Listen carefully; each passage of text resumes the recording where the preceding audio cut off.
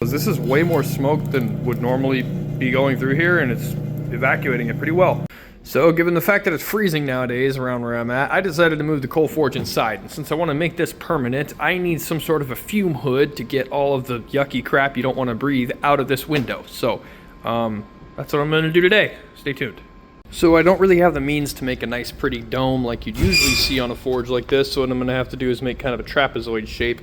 So the first thing I'm going to do is cut a piece to kind of come up on the back, angle up a little bit, and then drop down to have sort of a hood over the front. And there's going to be a little chimney stack that's going to go out the back, but the window I'll figure out later. For now, I just need to get that back piece formed, and that's basically going to determine what the side pieces need to look like.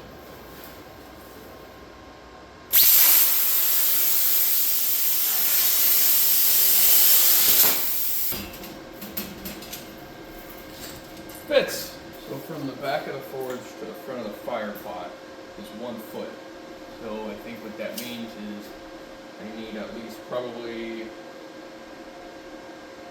14, let's say 16 inches at least on the top.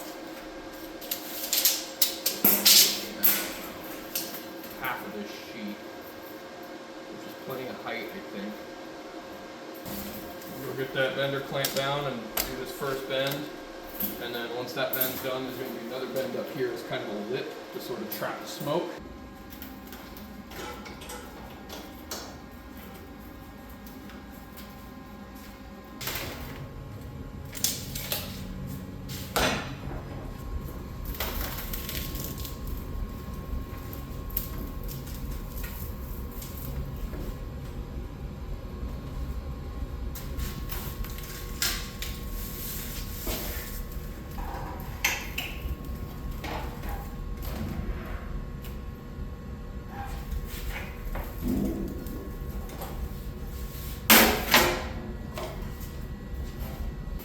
Perfect. Now hopefully you're getting a little bit of an idea of what I'm talking about here, where I want the smoke to kind of be trapped, and I'm going to go ahead and plasma cut a hole here for that chimney to actually come out the window, and I'm going to add some sort of a spark arrestor and then something to kind of encourage the air to flow, because if there's no wind I'm not going to be getting like a Venturi effect, so it might just pool up and come right back out and flood the shop with smoke. So don't want that. I have a fan, I'll show you that later, but for now I'm just going to kind of get an idea of what I want these sides to look like, and I'm thinking I might just take this piece and lay it right down onto the steel if I have big enough sections and just cut them that way and call it a day, but we'll see how that goes. Well, who doesn't love a perfect fit with what's left over? And I could probably use the back of this little rectangle section. Oh, that's just a thing of beauty. I got a lot left.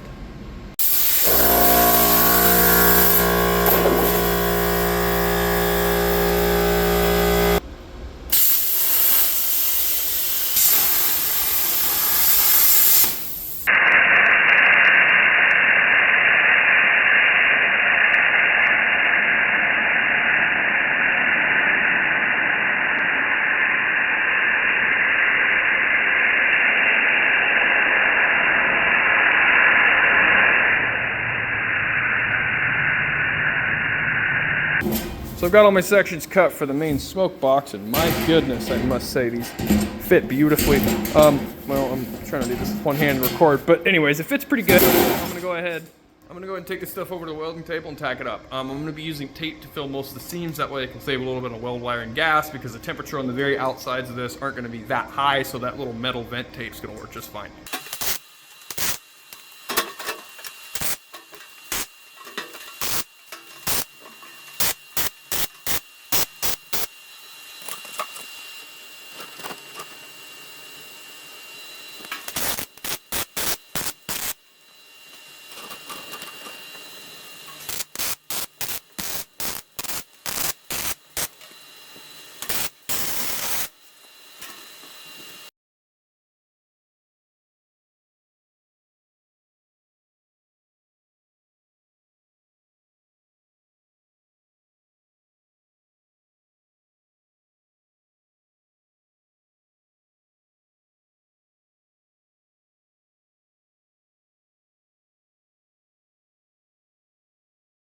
Looks good, fits good. I just gotta tape up those gaps, and no. There we go. Oh shit, I don't know if I have enough. Well, I ran out of tape and there's still gaps, so I guess I'm going to be welding this up.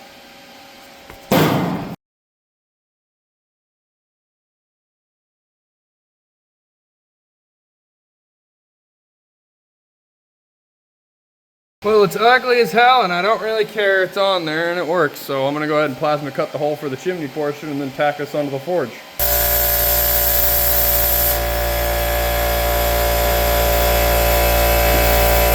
Alright, so the position of that hole is going to work, at least the bottom corner of it, but I figured out what I'm going to do for the chimney, and it has to do with this giant barrel. I'm going to go ahead and cut one end out of this, and then cut a strip down, pinch it together so it's a little tighter, probably around a 4-inch diameter, then weld it back onto that. Hopefully this is easy. We'll see.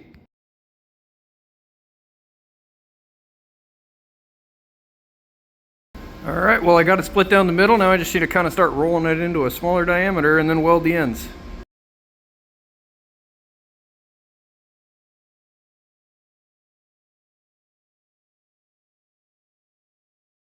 Alright, well this thing just happens to fit basically perfectly. I mean there is a little bit of a gap, but that's okay if it's a little big. I also have this thick part that I was originally going to cut that excess. I already cut a little bit of excess from it, but I think I'm going to leave that. That way these wires have somewhere to run along that's not going to be getting super hot.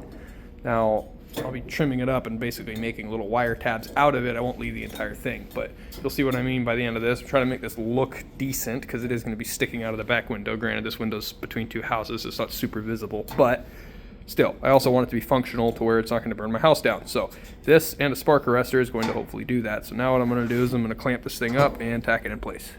My plan here, since one end is going to be welded to the hood and the other end is going to have the fan on it, I'm going to use self-tappers kind of in the middle here and only weld the ends because those ends need to be real strong, and the self-tappers will do fine to hold the rest of it together. So that's the game plan here.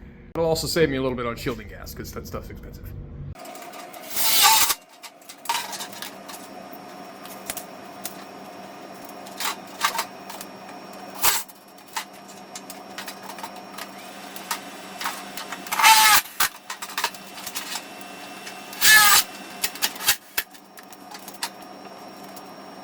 Another benefit of the self-tappers is to reduce the amount of fumes that I have flowing through the shop. I got both doors open, but this stuff's disgusting to weld, so I'm going to throw that respirator on and go ahead and weld just these ends like I said, but save me a little bit of headache, I guess.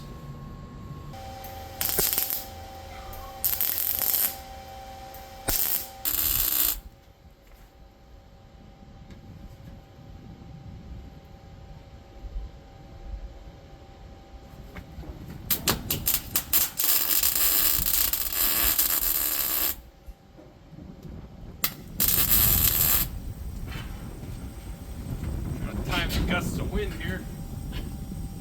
Blowing away all my damn shielding gas. Well, I went ahead and threw a couple of self-tappers, 3 of them to be exact. I guess it's not a couple, it's a triple. Anyways, now I'm going to go ahead and cut this hole. I went ahead and filled the hole that I dug earlier because I wasn't really digging it so much anymore. Now the chimney's going straight back because that lowers it down and it doesn't put the stack right up against the wall of the house, so there's not going to be a bunch of black soot coming out of there. So hopefully this helps, and then I can also redirect it later from the outside. But now I'm going to probably cut a little square and get working on that sort of spark arrestor mechanism I was talking about. You'll see what I'm talking about here in a minute.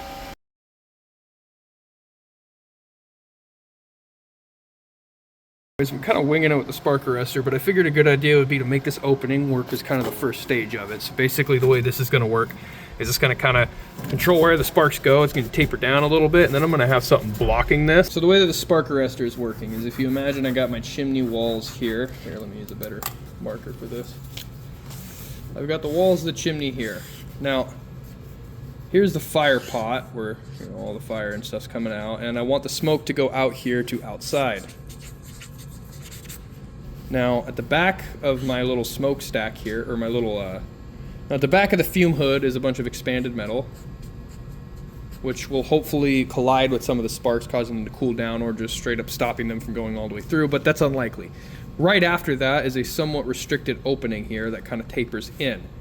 And that's an X shape that you see on the very back. That's one of the first things I actually did to it. So right after that, I have this little piece here that's angled downward. Now, air is not able to flow through here, but it is able to flow around here and through the sides.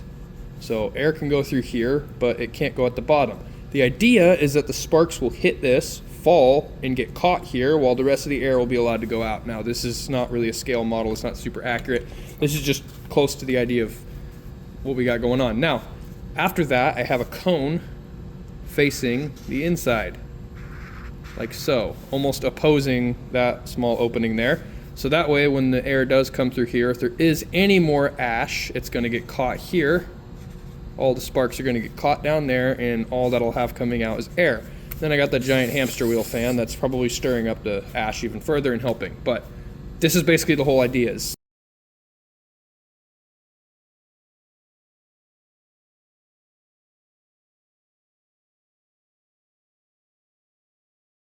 Well, I got the cone tacked in that one spot enough to hold it, and I went ahead and tapped it with the hammer to kind of make things flush, and I'm just going to go ahead and keep doing that the whole circumference because I got quite a bit of overhang there to fill these gaps.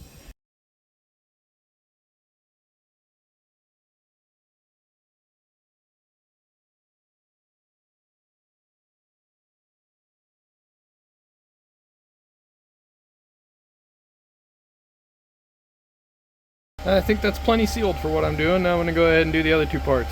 First I gotta haul this fucking thing back inside. Now that cone is probably good alone, but I wanna add this little plate here as well because this taper on this hole is gonna force these sparks to hit that plate and kind of force them down where that's gonna be welded, and it'll allow air to go around the sides and up top. So that's the plan, stand. And then the last thing is gonna be some expanded on the front, but we'll get to that.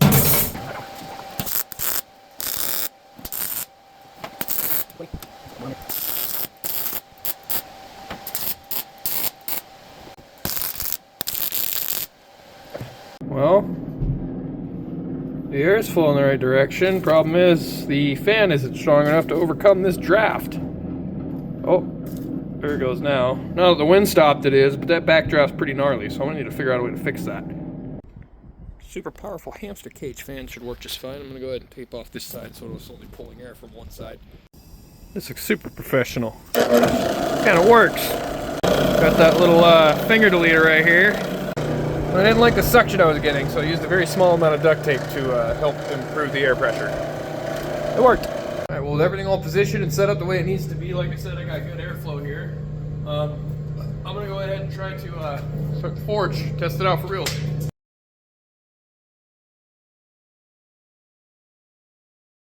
So I soaked a rag in oil, and there is a lot of smoke coming off of it. I don't know if you can tell, and I am getting a little bit coming out of here.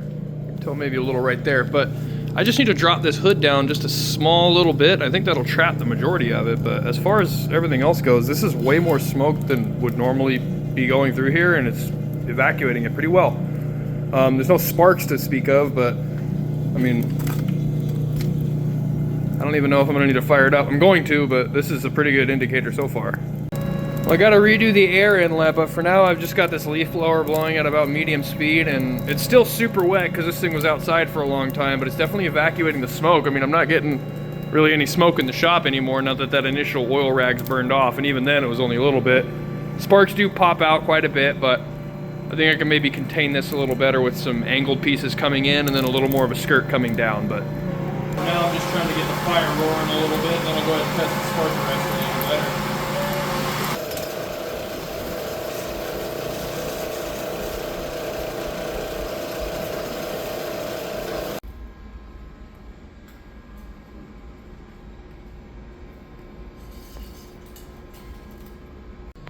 Anyways, I think that the fume hood turned out great. It works really good. I'm gonna have to upgrade the air intake again. I was using a shop vac for a while, but I want something that isn't so aggressive, but the leaf blowers, well, honestly, it's the proper pressure and it's a lot more adjustable, but I'd rather just have something like a hand crank eventually, but we'll see. We'll cross that bridge when we get to it. Anyways, I'm gonna call that it for this one. Hope you guys enjoyed. If you did, please consider liking and subscribing. I do a lot of fabrication, some blacksmithing videos as well. Other than that, I hope you guys have a wonderful rest of your day. God bless.